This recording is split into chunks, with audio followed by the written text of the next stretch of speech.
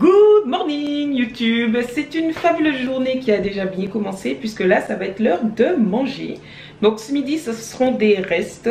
On va essayer de se faire un Buddha bowl avec des restes. Donc comme hier ou avant-hier, je vais vous emmener avec moi mais un peu plus détaillé. Je vais vous expliquer ce que j'aime bien mettre dans mes bowls et pourquoi. C'est souvent une question de goût et de confort digestif. Mais voilà, on va faire ça ensemble et on va voir que même avec des restes on peut faire quelque chose de pas trop mal. C'est parti.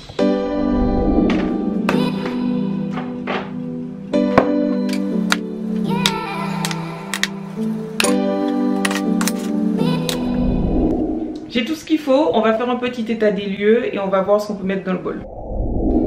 J'ai sorti pas mal de choses. Il y a des légumes bien évidemment, le steak c'est un falafel en réalité que j'ai formé en steak, du vinaigre de cidre, des goji, des graines de chia, le reste de la crème d'hier, des oignons, des champignons, du sarrasin, du riz noir et des graines que j'ai fait germer dernièrement. Le premier truc que je mets dans mon bol, vous le savez, c'est des légumes. En ce moment, j'ai le chou rouge que je ne finirai jamais et des épinards.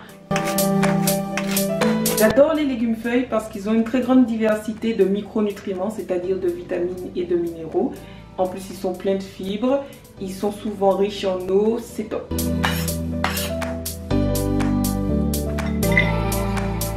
Sur mon chou rouge, je mets en général du vinaigre de cidre non pasteurisé ou du citron. Donc ça améliore la digestibilité étant donné que c'est cru, c'est antibactérien, il y a des vitamines, c'est top. Et puis ça a un bon goût aussi, donc en général c'est plutôt le vinaigre de cidre. Je vais mettre aussi les autres légumes. Donc comme vous voyez, j'aime beaucoup les légumes. Donc les épinards, c'est un peu comme le chou rouge, c'est un légume feuille. Et je vais aussi mettre des graines germées. Les graines germées, j'aime bien parce que ça a un petit goût, enfin ça dépend des graines bien évidemment, mais celle-là, c'est un petit goût piquant sans que ça brûle la langue. Et en plus, la germination, ça active pas mal d'enzymes et ça permet de décupler les vitamines. Donc c'est pas mal, ça fait un petit peu de jardinage à la maison. Moi qui suis pas du tout jardinage, je trouve ça assez sympa. Faut pas non plus en mettre trop parce qu'après il n'y aura pas de place pour mettre le reste. D'ailleurs, c'est le moment de passer au reste. Donc la partie principale pour moi, c'est les céréales et les légumineuses. Il y a plein de gens qui ont du mal à digérer des bols qui contiennent les deux en même temps. Moi ça va, surtout que j'utilise pas mal de choses comme le vinaigre de cidre qui améliore la digestion. Et aussi je pense que c'est un peu une question d'habitude. C'est une question d'individu mais aussi d'habitude. Et j'ai l'habitude de me faire des bols comme ça, c'est comme ça que je suis rassasiée. Comme je vous ai dit, le riz noir c'est mon riz préféré. Je le trouve super parfumé. Et j'aime aussi beaucoup le sarrasin, même si j'aime pas trop la farine. Donc comme vous pouvez voir, le sarrasin il a cuit à l'eau. Et c'est comme ça que je le préfère. Vous me demandez souvent comment je fais pour avoir un sarrasin en grains comme ça. Et ça tombe bien, j'ai les images, je vous montre ça tout de suite. Ce qu'on va faire là, c'est qu'on va faire cuire du sarrasin. D'abord, le premier truc à faire, c'est de faire tremper le sarrasin pendant toute une nuit dans de l'eau. Ça donne ça. Là, on a notre sarrasin qui a trempé pendant toute la nuit dans de l'eau. Ce qu'on va faire maintenant, c'est qu'on va bien rincer pour retirer le mucilage. Donc, c'est ce qui donne le côté gluant quand vous faites tremper le sarrasin. Vous avez déjà dû remarquer. Bon, bah attendez, on va regarder ça ensemble. Vous voyez, c'est le mucilage qui fait que l'eau, elle est un peu trouble comme ça. Je pense que là, c'est pas mal. Maintenant, il n'y a plus qu'à mettre dans une casserole suffisamment grande et à cuire dans un fond d'eau. C'est parti. Quand on est là, il n'y a plus qu'à démarrer. On se met à feu moyen fort. Comme ça, c'est pas mal. Là, on laisse bouillir un peu et ensuite, on va commencer à remuer. Mais d'abord, ça prend, je sais pas, 3-4 minutes. On laisse bien bouillir. En gros, faut pas partir quoi. On reste là quand on fait du sarrasin, ça va hyper vite.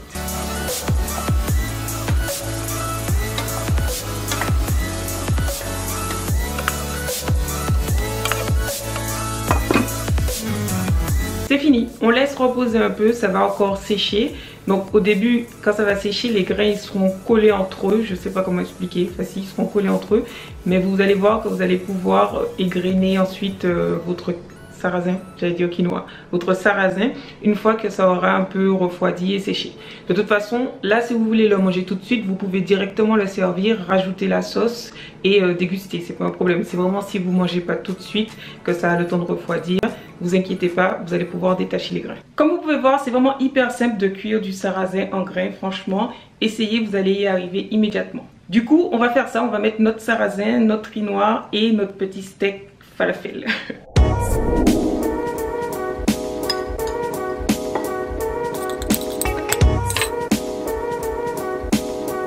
Pas mal. En gros là, le bol il pourrait être fini, mais moi j'adore les bols avec plein de saveurs, plein de choses. Donc un truc que je mets tout le temps, c'est du persil, mais là j'en ai pas, c'est pas très grave. Il y en a dans la sauce en plus. Et ce que je mets tout le temps encore, c'est de l'ail, de l'oignon. Donc là j'ai un mélange ail, oignon, curcuma, poivre et sel que j'ai fait cuire au four à 180, et une fois que l'oignon était bien tendre, j'ai simplement rajouté une cuillère à café d'huile de chanvre, je crois. C'est ça, mais vous n'êtes pas du tout obligé de rajouter l'huile. Je vais rajouter aussi des champignons. Donc là c'est un mélange de champignons de Paris et de champignons shiitake que j'ai cuit sous le même principe que l'oignon. Les champignons c'est pas des légumes, c'est des champignons. Je dis ça à chaque fois mais je sais pas comment expliquer. C'est à dire que c'est pas le même principe. En général les champignons tirent leurs nutriments, vraiment ça absorbe les nutriments de leur environnement, et les champignons shiitake ça absorbe même de la pas vraiment de la vitamine D, mais ça fait un peu comme nous, c'est-à-dire que ça absorbe des éléments qu'ensuite on peut transformer en vitamine D, pour parler un peu en langage familier. Je triche un peu, je mets l'ail et l'oignon sur le steak. Je vous ai dit des bêtises tout à l'heure, il y a encore un truc qui est essentiel à mettre dans un bol, c'est du bon gras. Donc là ça va être ma sauce. Ce que je vais rajouter, c'est des goji. Souvent j'aime bien rajouter des fruits séchés. Ça c'est vraiment parce que j'adore le goût sucré salé. Donc ça donne aussi une texture en plus. Vous savez, j'adore les mélanges de texture, les mélanges de goût. Donc les goji, super fruits, j'en mets. Et ce que je vais rajouter, à part les goji, c'est des graines de chia. Donc j'aime bien rajouter des graines de chia ou des graines de chanvre pour les oméga 3. Encore du gras essentiel à notre santé qu'on ne mange pas suffisamment. Je crois qu'on est prêt. Vous êtes prêts à regarder? On y va.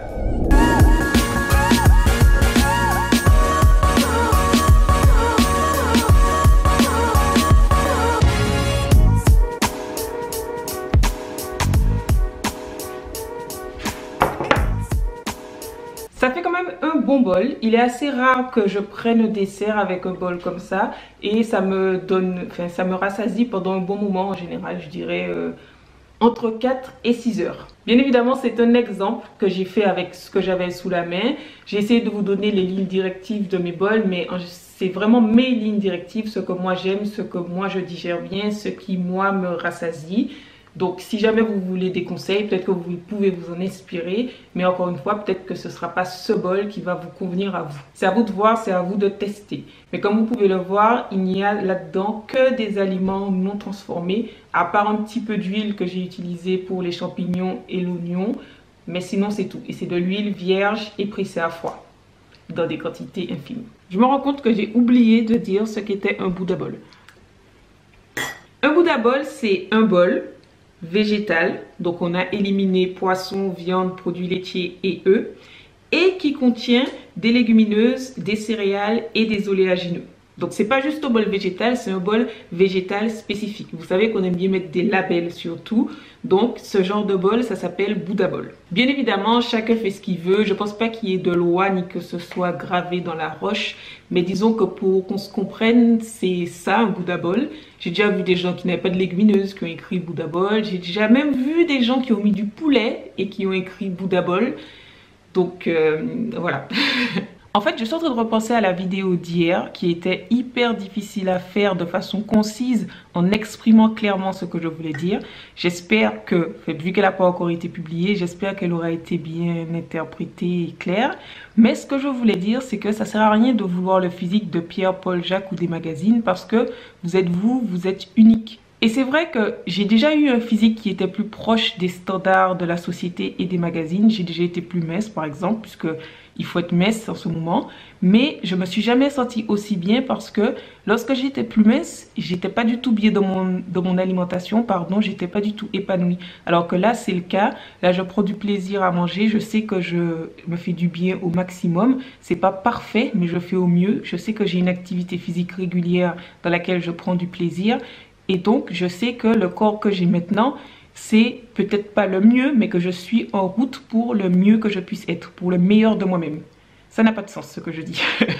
J'ai dû dire un truc du style moins pire là, à un moment. Peut-être que vous aviez très bien compris que c'était le message que je voulais faire passer hier et que cette petite parenthèse ne sert à rien. C'est pas grave, je reprends mon bol.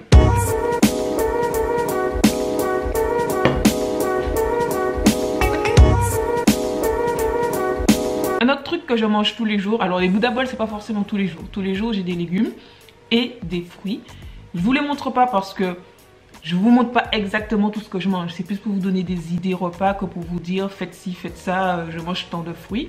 Mais en général les fruits c'est le matin, ça je pense que je vous l'ai déjà dit. Au dessert, au goûter ou au dessert pareil pour le soir. En général le goûter je mange plutôt une gourmandise. Un autre truc que je mange tous les jours, une gourmandise saine. Mais là, comme le Buddha Ball était assez conséquent, j'avais pas hyper faim, donc je me suis pris une poire.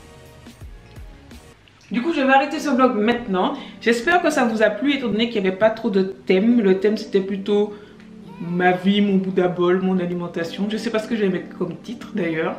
Je vais bien trouver. Dites-moi dans les commentaires si ça vous a plu, si vous avez des idées de thèmes, si vous n'aimez pas ce genre de thème. Gentiment et de façon constructive. Merci d'avoir regardé cette vidéo, merci d'être là, merci pour votre soutien tous les jours. Je sais que je dis ça à chaque fois, mais c'est vrai, ça fait vraiment chaud au cœur et ça me motive, me donne envie de partager encore plus avec vous. Avant de partir, n'hésitez pas à regarder ma dernière vidéo qui s'affiche quelque part ici et à regarder la barre d'infos parce qu'il y a des informations. Je vous dis à demain pour une prochaine vidéo ou alors à bientôt sur mes réseaux sociaux en barre d'infos.